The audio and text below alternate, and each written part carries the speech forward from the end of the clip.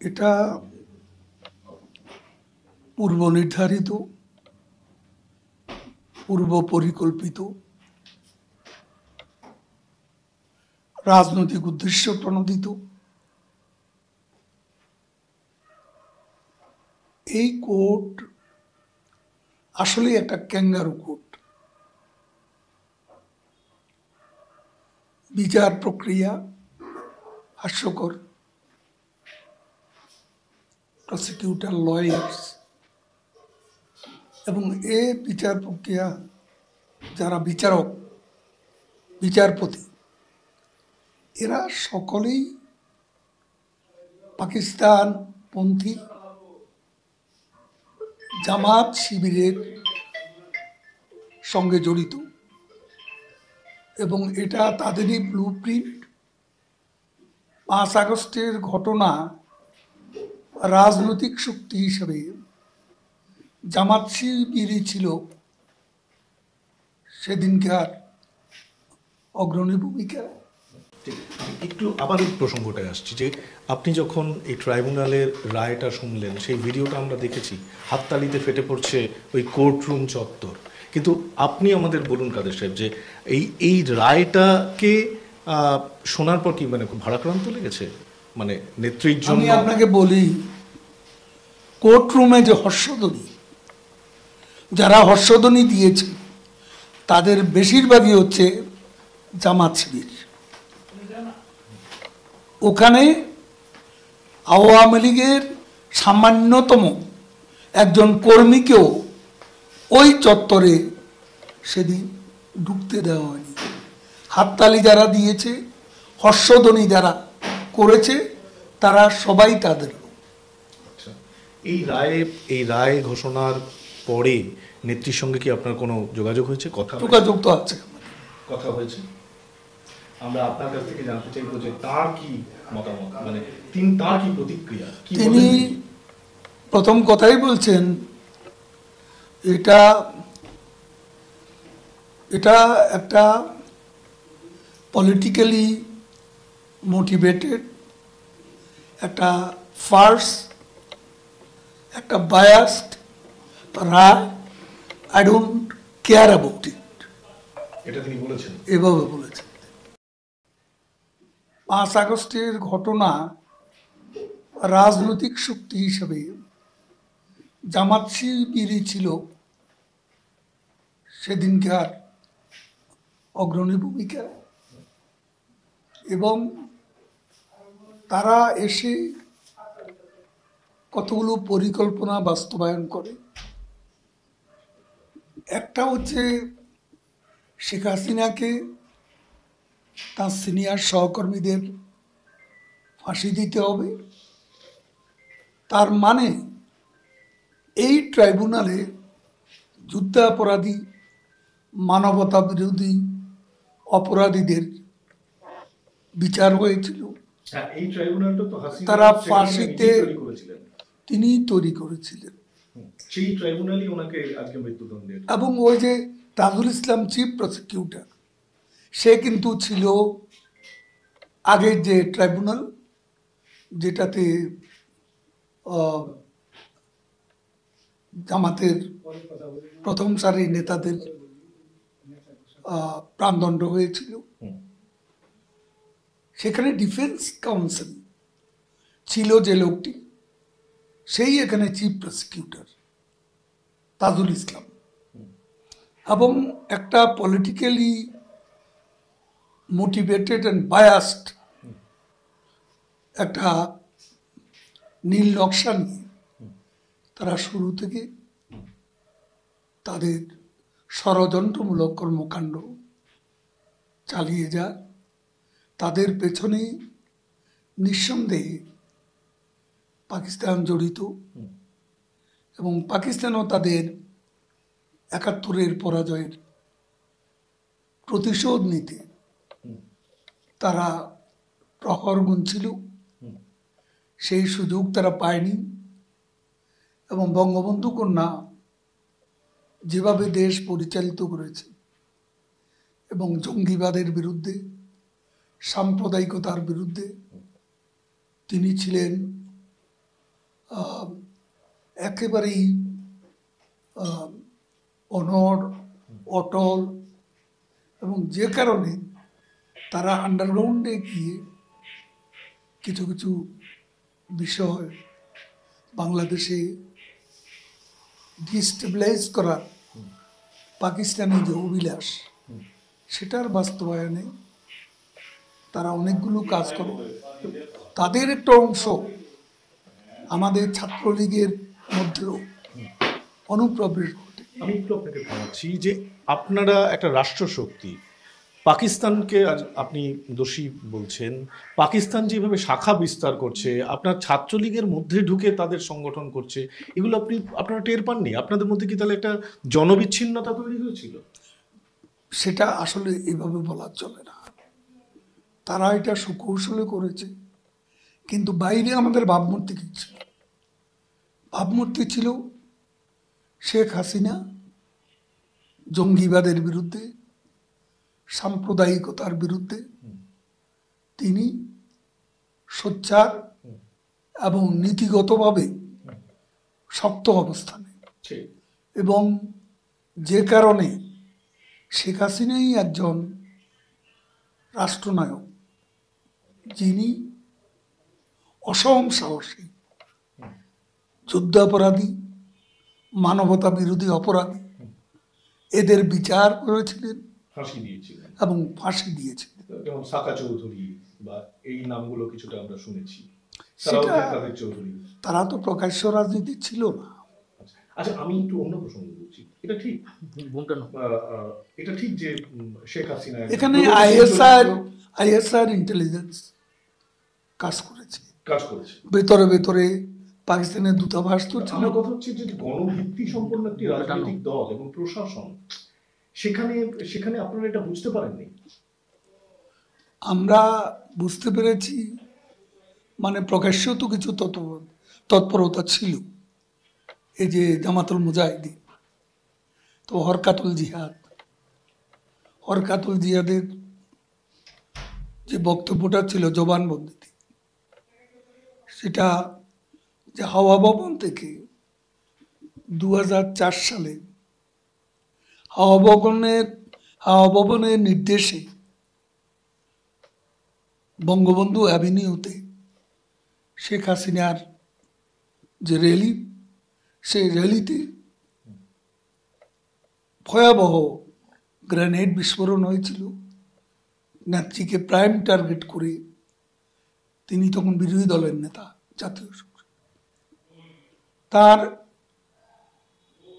ততটা ক্ষতি হয়নি। আমাদের নেতারা হিউম্যান শিল্ড তৈরি করে তাকে প্রোটেকশন দিয়েছিল। একটা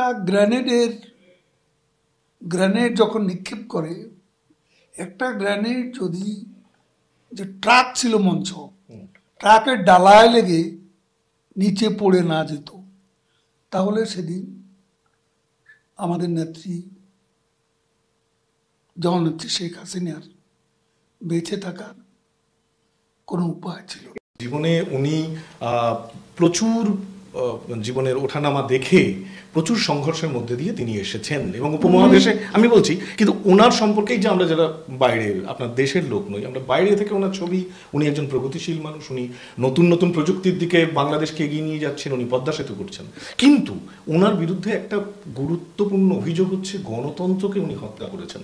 আপনার কি মনে হয় আজকের এই যে পরিণতিটা আপনাদের দেখতে হচ্ছে, আপনাদের শাসনকালে গণতন্ত্র হত্যা, বিরোধীদের জায়গা না দেওয়ার যে অভিযোগগুলো বারে বারে উঠেছে, সেগুলোই আসলে এই গোটা বিষয়টা মিশিয়ে এই জায়গায় এলো, এই পরিণতিতে এনে দাঁড়? আপনি শুনুন, প্রথম আপনি আসুন যে সেনা শাসিত যে তত্ত্বাবধায়ক সরকার, তারা যখন জনমতের চাপে 2008-এ ইলেকশন দিতে বাধ্য হল, সেই ইলেকশনে আমরা কিন্তু 3/4 মেজরিটি নিয়ে নির্বাচিত হন আমাদের নেত্রী শেখ হাসিনা, এবং 30টি আসন পায় বিএনপি।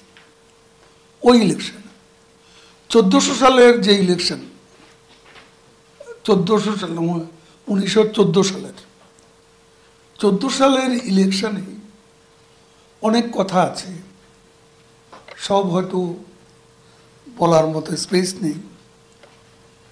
সেজন্য আমি বলতে চাই, তারা অবরোধ ডেকেছিল নির্বাচনের বিরুদ্ধে, অপোজিশন। প্রধানমন্ত্রী শেখ হাসিনা শেষে তিনি নিজে বেগম জিয়াকে ফোন করে গণভবনে আমন্ত্রণ করেছিলেন এবং তিনি শুধু প্রত্যাখ্যান নয়, অশ্রাব্য ভাষায় গালিগালাজ করেছেন এবং তিনি কোনো অবস্থাতে রাজি হননি।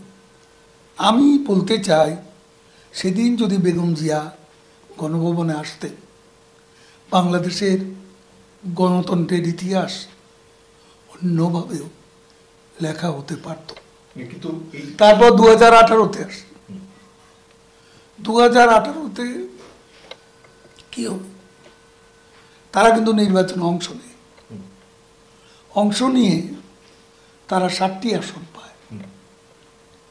দেখা গেল তারা মির্জা ফখরুল, বিএনপির মহাসচিব, তিনি 2 সিটে কন্টেস্ট করে 1টা সিটে জয়লাভ করেন বগুড়া থেকে।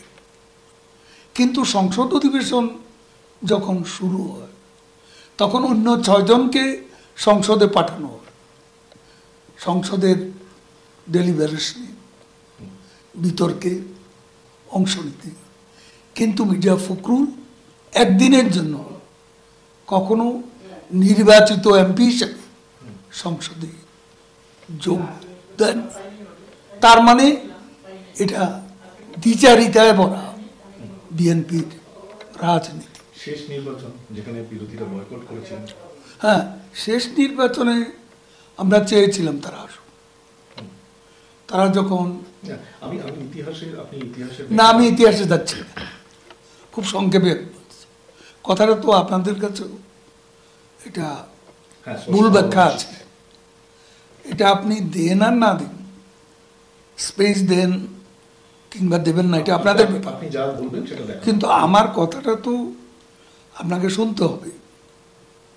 24-এর নির্বাচন আমরা শেষ পর্যন্ত চেষ্টা করেছি তারা আসুক, কিন্তু তাদের দাবি হলো ওই যে তত্ত্বাবধায়ক সরকার, যেটা 5ম সংশোধনী রায় বিচারপতি খায়রুল হক যে ব্যবস্থার প্রয়োজন নেই বলে যে রায় দিয়েছিলেন, আমরা সেই রায়কে ফলো করেছি উচ্চ আদালতে। সেখানে তত্ত্বাবধায়ক সরকার ছাড়া বিএনপি নির্বাচনে আসবে না এবং শেষ পর্যন্ত আসবে। তাহলে আমাদের দোষ হতো না, একটা পারসেপশন, একটা এরকম একটা প্রচার ব্যাপার না, ওটা কনস্টিটিউশনে নেই। তখন আমরা ওই সময় কি কনস্টিটিউশন অ্যামেন্ডমেন্ট করব, যেটা উচ্চ আদালত নাকচ করে দিয়েছে? তারা সেই তত্ত্বাবধায়ক সরকার ছাড়া তারা ইলেকশনে অংশ নেবে না। এরকম একটা পারসেপশন আছে যে বিরোধীদের একসময় আপনারা যথেষ্ট জায়গা দেননি এবং সেগুলো তিল তিল করে জমতে জমতে ক্ষোভ বিক্ষোভ একটা গণ অভ্যুত্থানের চেহারা নিয়েছে এবং তার ফলে আজকে আওয়ামী লীগ ক্ষমতার বাইরে, নেতারা দেশের বাইরে, নেত্রী, এই পরিস্থিতিটার জন্য আপনাদেরই গণতন্ত্র হত্যাই দায়ী, এরকম একটা প্রচার না। এই জন্য আপনাকে আমি বিষয়টা পরিষ্কার করার চেষ্টা করেছি। এখানে বাংলাদেশের ইতিহাসটা আমাদের পরিষ্কার একটা ধারণা থাকা দরকার। কোন ঘটনার পরিপ্রেক্ষিতে কি ঘটেছিল, ঘটতে যাচ্ছিল। দেখুন, আমি যদি বলি এটা বাইডেন প্রশাসনের ডিপ স্টেটের রেজিম চেঞ্জের এজেন্ডা, মার্কিন দূতাবাসে বসে পিটার হার্স যেটা পরিচালনা করেছিল, প্রতিদিনই বিরোধীদের রাজনৈতিক অফিসের মতো তাদের লোকেরা মার্কিন দূতাবাসে বসে বসে পরিকল্পনা করেছিল, ব্লুপ্রিন্ট বাস্তবায়ন করেছিল। এই বাস্তবতাকে অস্বীকার করার কোনো উপায় নেই। ইউনুস হচ্ছে ডিফেস্টেটের ফেস, এবং এই ইম্পোস্টার ইউনুস পাপেট, একটা বড় শক্তির পাপেট হিসাবে সেদিন এই ভায়োলেন্ট ইনসারেকশনের মুখচ্ছবি হিসেবে মঞ্চে আবির্ভূত হন। সেখানে রাজনৈতিক শক্তির মধ্যে জামাত শিবিরই ছিল মূল, যারা জড়িত হয়েছিল। ছাত্রদের একটা বিরাট অংশ তারা প্রতারিত হয়েছিল। প্রতারণামূলক কৌশল অবলম্বন করে ছাত্র সমাজের আবেগকে এ উত্থানের সঙ্গে জড়ানো হয়েছে। একটু আবার এই প্রসঙ্গটায় আসছি যে আপনি যখন এই ট্রাইব্যুনালের রায়টা শুনলেন, সেই ভিডিওটা আমরা দেখেছি, হাততালিতে ফেটে পড়ছে ওই কোর্টরুম চত্বর। কিন্তু আপনি আমাদের বলুন কাদের সাহেব, যে এই রায়টাকে শোনার পর কি মানে খুব ভারাক্রান্ত লেগেছে, মানে নেত্রীর জন্য? আমি আপনাকে বলি, কোর্টরুমে যে হর্ষধ্বনি, যারা হর্ষধ্বনি দিয়েছে তাদের বেশিরভাগই হচ্ছে জামাত শিবির। ওখানে আওয়ামী লীগের সামান্যতম একজন কর্মীকেও ওই চত্বরে সেদিন ঢুকতে দেওয়া হয়নি। হাততালি যারা দিয়েছে, হর্ষধ্বনি যারা করেছে, তারা সবাই তাদের লোক।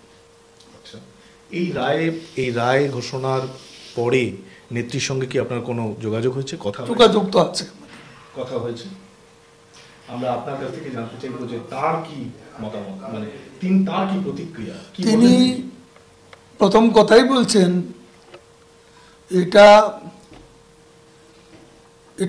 একটা পলিটিক্যালি মোটিভেটেড, একটা ফার্স, একটা বায়াসড রায়। I don't care about it, এটা তিনি বলেছেন, এভাবে বলে।